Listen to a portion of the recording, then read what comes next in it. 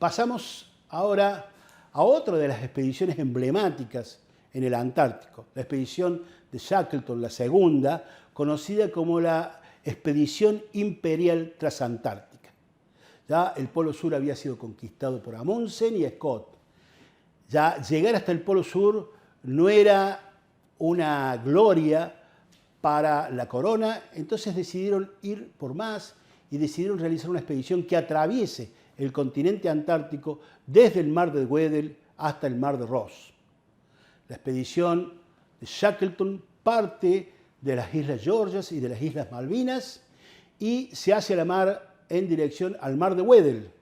intentando llegar a las costas de la tierra de Coats, donde hoy existe la base argentina Belgrano 2, pero nunca pudieron llegar porque el hielo y las condiciones del mar congelado atraparon a su buque, el Endurance, no permitiéndoles seguir navegando. Shackleton toma la decisión de que todo el mundo queda a bordo del barco y analiza la deriva de hielos o de mar congelado del mar de Weddell, el cual rota en sentido horario hacia el noroeste en forma permanente. En los cálculos de Shackleton estaba previsto que si el barco no era destruido por la presión del hielo, podía quedar liberado cerca de la península antártica cuando el pack de hielos comience a derretirse, ya llegando a la primavera. Lamentablemente esto no ocurrió y ya para el mes de noviembre de 1915, en una posición bastante más al norte de donde fue atrapado, el barco es comprimido por la presión del hielo y se hunde. A partir de ahí, los expedicionarios quedaron sobre el mar congelado con toda su impedimenta, con los víveres que lograron rescatar, con los perros, con los botes, y deciden continuar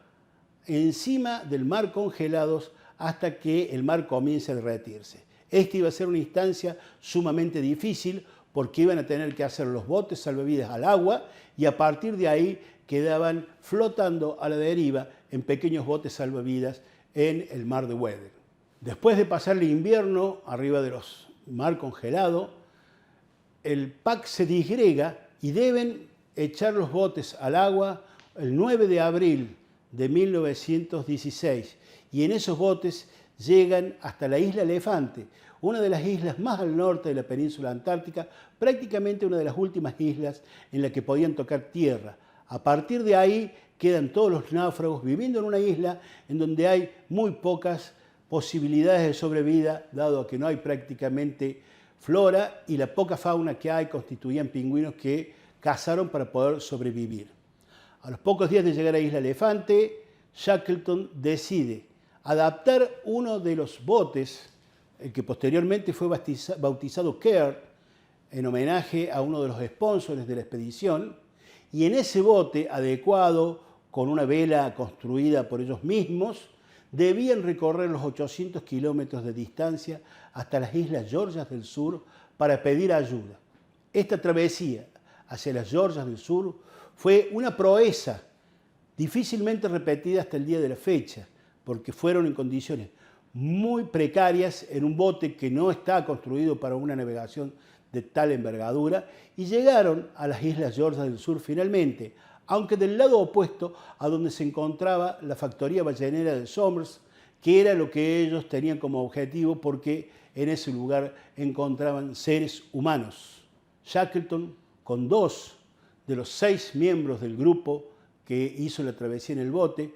cruzó las montañas de las Islas Georgias del Sur, que prácticamente son una cordillera, atravesando glaciares, atravesando grietas, montañas y llegando finalmente a la factoría ballenera a donde logró pedir ayuda. Pero esta ayuda no era inmediata, no había barcos en Somers, por lo tanto se trasladó a Uruguay, a Argentina, hasta que finalmente el gobierno chileno le facilitó la nave Yelcho,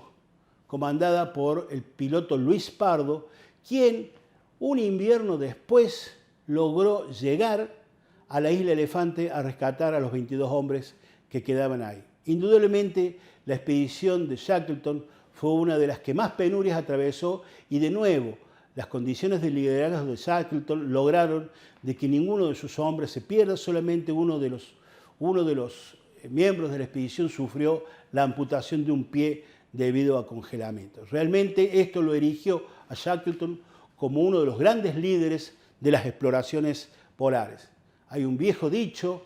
en el Antártico que dice que si alguna vez alguien quiere hacer una expedición deportiva, el jefe debe ser Amundsen. Si la expedición es científica, el jefe debe ser Scott. Pero si alguna vez estás en problemas en el Antártico, pedirle a Dios a que te lo envíe a Shackleton.